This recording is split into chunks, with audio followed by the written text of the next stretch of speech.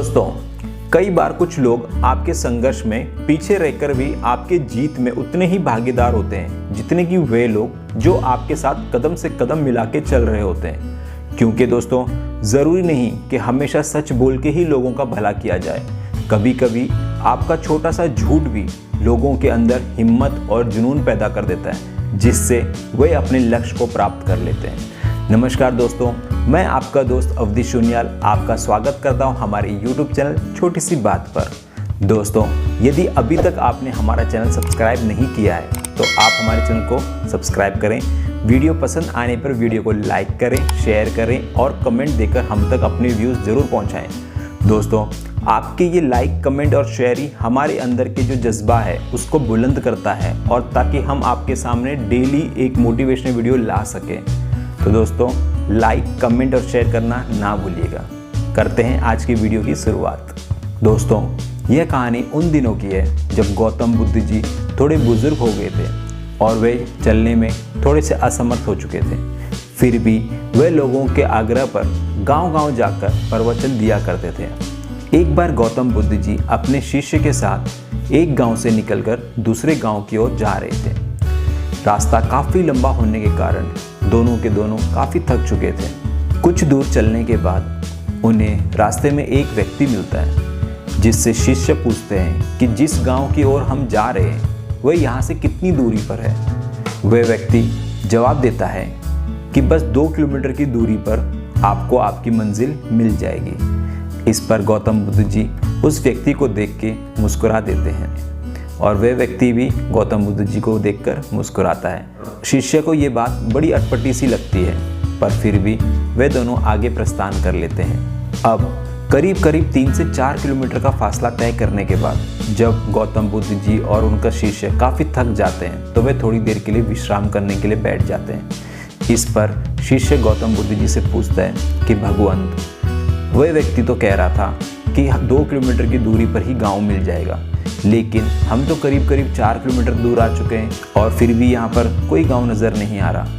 इस पर गौतम बुद्ध जी बस मुस्कुरा देते हैं और कुछ नहीं कहते हैं। फिर थोड़ी ही देर में उन्हें सामने से एक बुढ़िया माई आती हुई दिखती है, जिस पर शिष्य उस माई से फिर पूछता है कि माई, जिस गाँव में हम जा रहे हैं वह गाँव यहाँ से कितनी दूरी पर है। जिस पर वह बुढ़िया माई जवाब देती है कि बेटा, करीब 2 किलोमीटर की दूरी पर वह गांव तुम्हें मिल जाएगा।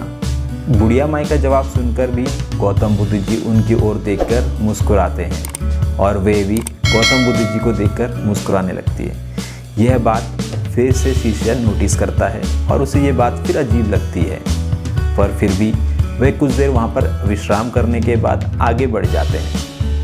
अब करीब 4 से 5 किलोमीटर दूरी तय करने के बाद भी जब वह गांव कहीं नहीं दिखता तो इस पर शिष्य फिर गौतम बुद्ध जी से पूछता है कि भगवंत, पहले वाले व्यक्ति की ही तरह बुढ़िया माई ने भी यही कहा कि 2 किलोमीटर के बाद गांव आ जाएगा, और अभी भी हम करीब 5 किलोमीटर का फासला तय कर चुके हैं, पर वह गांव अभी भी नहीं दिख रहा।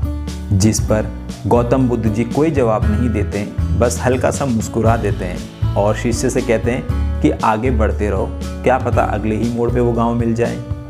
अब शिष्य काफ़ी ज़्यादा चिढ़ चुका था।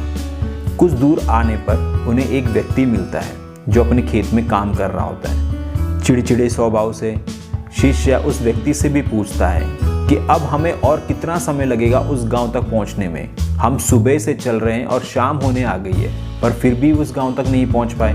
तो वह व्यक्ति बड़ी सरलता से जवाब देता है कि बस थोड़ी ही दूरी पर वह गांव आ जाएगा और हो सके तो शाम होने से पहले आप उस गांव तक पहुंच भी जाओगे।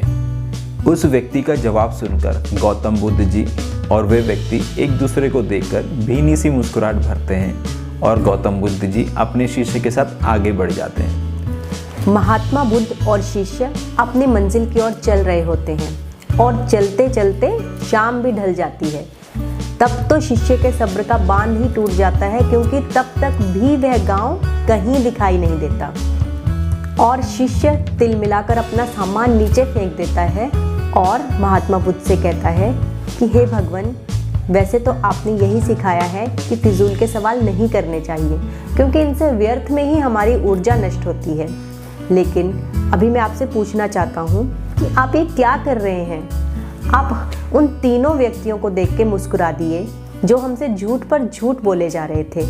आप क्या करना चाह रहे हैं? वो लोग हमसे झूठ कह रहे हैं और फिर भी आप मुस्कुराए क्यों जा रहे हैं? कृपया इसका उत्तर मुझे दे दीजिए। मुझसे अब बिल्कुल भी चला नहीं जा रहा है और गांव तो आने का नाम ही नहीं ले रहा है।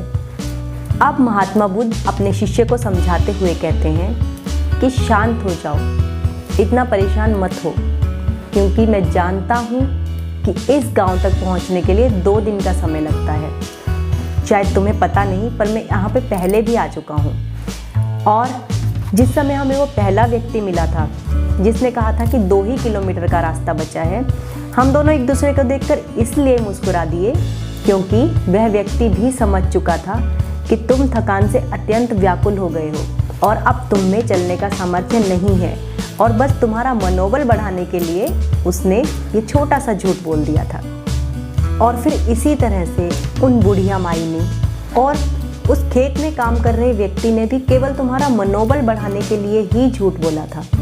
लेकिन देखो, उनके इस छोटे से झूठ से तुम्हें इतनी प्रेरणा मिली, इतनी हिम्मत मिली कि हमने आधे से ज़्यादा रास्ता तो अभी पार कर लिया है। अब यदि तुम बहुत थक गए हो तब हम यहीं पर आज रात विश्राम कर लेते हैं, और अगर चलने की हिम्मत रखते हो तो मेरे साथ चलो और हम रात में ही उस गांव में पहुंच जाएंगे। अब यह निर्णय मैं तुम पर छोड़ता हूँ। इस पर शिष्य कहता है कि गुरुवर चलिए, मैं आपके साथ अभी चलने के लिए तैयार हूँ। और वे सचमुच रात होने से पहले ही गांव में पहुंच जाते हैं। दोस्तों, महात्मा बुद्ध की इस छोटी सी कहानी से हमें यह शिक्षा मिलती है कि कई बार हमें परिस्थिति के अनुसार झूठ का सहारा भी लेना पड़ जाता है ताकि हम किसी व्यक्ति के मनोबल को मजबूत कर सकें और उसे उसके मंजिल को प्राप्त करने में सहायता कर सकें। दरिया बनकर किसी को डुबोने से बेहतर है कि तिनका बनकर किसी को बचाया जाए। धन्यवाद।